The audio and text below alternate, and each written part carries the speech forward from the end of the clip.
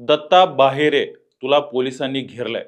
मध्यरात्री 12:30च्या सुमारास एका गावाच्या शेतात पोलिसांचा पडलेला ताफा. पोलिसांच्या डझनभर तुकड्या, श्वान पथक आणि ड्रोन या सगळ्यांच्या एकत्रित प्रयत्नातून नराधम गाडे अखेर पोलिसांना शरण आला. मंगळवारी पहाटे 5:30च्या सुमारास स्वारगेटहून फलटणला जाणाऱ्या तरुणीवर नराधम गाड्यानं शिवशाही बसमध्ये नेऊन लैंगिक अत्याचार केले होते. तेव्हापासूनच गाडे फरार झाला होता. डॉग स्क्वॉड पासून पोलिसांच्या डझनभर तुकड्या त्याचा शोध घेत होत्या. त्याच्या शिरूरमधल्या गुनाट या गावाला अक्षरशः छावणीचं स्वरूप आलं होतं. नातेवाईकांपासून त्याच्या मित्रमैत्रिणींचा कसून तपास होऊन देखील गाडे पोलिसांच्या हाताला तुरी देऊन निसटत होता. मात्र या माजोरड्या आणि नराधम गाडेला मध्यरात्री पोलिसांनी बेड्या ठोकल्या. निरागस तरुणीवर बलात्कार करणारा गाडे तहान आणि भुकेनं व्याकुळ झाला होता. त्यातूनच त्याच्या हातून एक चूक घडली आणि पोलिसांनी त्याला ट्रॅप करून पकडलं. अनेक अट्टल गुन्हेगारांनाही लाजवेल असा दत्तात्रय गाडेच्या अटकेचा थरार नेमका कसा होता? गाडे इतक्या दिवस नेमका कुठे लपला होता? त्याला लपण्यासाठी कुणी मदत केली होती का? आणि जेव्हा तो पोलिसांना दिसला तेव्हा त्याच्या तोंडून कोणते शब्द बाहेर पडले? सगळे इन डिटेल मध्ये समजून घेऊयात आजच्या व्हिडिओच्या माध्यमातून. हॅलो, मी शुभम आणि तुम्ही पाहताय हॅलो महाराष्ट्र. पुण्यातील स्वारगेट बस स्थानकातील शिवशाही बसमध्ये तरुणीवर बलात्कार झाल्याच्या घटनेनं प्रचंड खळबळ माजली. या प्रकरणातील आरोपी दत्तात्रय गाडे हा गेल्या 3 दिवसांपासून फरार होता.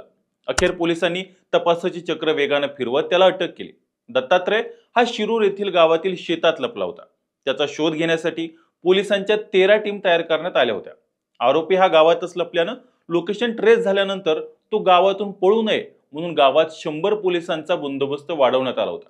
तसेच ड्रोनच्या आणि डॉग स्क्वॉडच्या मदतीनं त्याचा कसून शोध घेत अखेर त्याच्या मुसक्या आवळण्यात आल्या. तब्बल 48 तासानंतर पोलिसांनी त्याला अटक केली. आरोपी दत्तात्रय गाडे हा गुनाड गावातील ऊसाच्या शेतात लपल्याची माहिती पोलिसांना मिळाली होती. काल दिवसभर पोलिसांनी ड्रोनच्या माध्यमातून खरं तर दत्तात्रय गाडेचा शोध घेतला, पण तो तेव्हा काही पोलिसांना सापडला नाही. दिवस रात्र गाडेचा तपास पोलिसांकडून युद्ध पातळीवर सुरू होता. रात्री 11:15च्या सुमारास आरोपी गाडे हा एका घरात पाणी पिण्यासाठी गेल्याची टीप पोलिसांना मिळाली होती. तो ज्या घरात पाणी प्यायला त्या घरातील महिलेनं पोलिसांना फोन करून गाडेची माहिती दिली. ती महिला गाडेच्या नात्यातील असल्याची प्राथमिक माहिती देखील सध्या समोर येते. पोलिसांनी अर्ध्या तासाच्या आतच गाडेला 4ही बाजूंनी घेरलं. ड्रोनच्या माध्यमातून दत्ता गाडेला तू बाहेर ये, तुला घेरलंय असं पुकारण्यात आलं. त्यानंतर कॅनलच्या खड्ड्यात लपलेला दत्ता गाडे हा आरोपी बाहेर आला आणि पोलिसांनी त्याला अटक केली. मध्यरात्री 1:20 सुमारास पोलिसांनी त्याला बेड्या ठोकल्या. महिलेनं पोलिसांना माहिती दिल्यानंतर तब्बल 2 तासांपेक्षा जास्त हे सर्च ऑपरेशन सुरू होतं.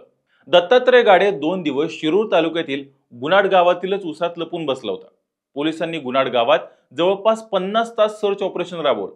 रात्री 12च्या सुमारास गावातील नातेवाईकाच्या घरी दत्तात्रय गाडे आला होता. तिथं त्यानं प्रचंड भूक लागली, काहीतरी खायला द्या. यानंतर नातेवाईकांनी त्याला खायला न देता पाण्याची बाटली दिली. त्याचवेळी दत्तात्रय गाडेनं पश्चाताप झालाय, जे काही केलं ते चुकीचं आहे, पोलिसांना सरेंडर व्हायचंय असं म्हटलं. त्यानंतर तो पाण्याची बाटली घेऊन निघून गेला. यानंतर नातेवाईकांनी पोलिसांना गाडीची माहिती दिली. दत्तात्रय गाडीची माहिती मिळताच पोलीस सक्रिय झाले. पोलिसांच्या 13 टीम तैनात झाल्या. डॉग स्क्वॉड देखील तैनात झालं. यानंतर आरोपीला शोधण्यात आलं. तो उसात लपून बसला होता. गाडे गेले 2 दिवस उसातच राहत होता, झोपत होता. पोलिसांनी त्याला तिथूनच अटक केली. गुन्ह्यामध्ये दत्तात्रय गाडेला अटक केल्यानंतर स्वारगेट पोलिसांच्या त्याला आता ताब्यात देण्यात आलंय. पुण्यात आल्यानंतर दत्तात्रय गाडेला लष्कर पोलीस ठाण्यात ठेवण्यात आले.